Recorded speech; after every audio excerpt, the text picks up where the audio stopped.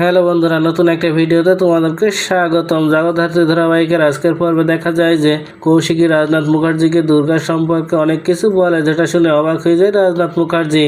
ওদিকে নিজের বাড়ি থেকে বের হয়ে কাকনকে নিয়ে বাইরে খেতে যাওয়ার সময় দিব্যা সেনের সেই গুন্ডাগুলো সংকল্প কাকনকে ঘিরে ধরে, আর কাকনকে নিয়ে সেখান থেকে পালাতে গেলে সেই গুন্ডাগুলো তাদের পিছু নেয়, আর দুর্গা তাদেরকে ফলো করে সবগুলো গুন্ডাদেরকে শুট করে মাটিতে ফেলে দেয়।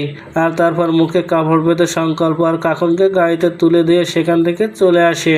আর তারপর দুর্গা ফোন করে কৌশিকীকে, ফোন করে জানিয়ে দেয় যে 3টে গুন্ডাকে সে মাটিতে শুইয়ে দিয়েছে। আর দুর্গা জানিয়ে দেয় যে কাকন আর সংকল্পকে আবারও সেই গুন্ডাগুলো শেষ করতে এসেছিল। আর এটা শুনে অনেক ভয় পেয়ে যায় কৌশিকী মুখার্জি। এরপর কৌশিকীর হাত থেকে ফোন নিয়ে দুর্গার সাথে কথা বলে রাজনাথ মুখার্জি, আর রাজনাথ মুখার্জির সাথে অনেক বাজেভাবে কথা বলে, যেটা শুনে হাসতে থাকে কৌশিকী।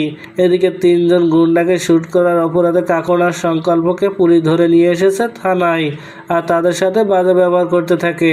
আর এদিকে কাকন এখনো বাড়িতে আসছে না দেখে কাকনের কাছে ভিডিও কল করলে কৌশিকী জানতে পারে তার মেয়ে জামাইকে পুলিশ ধরে নিয়ে গেছে।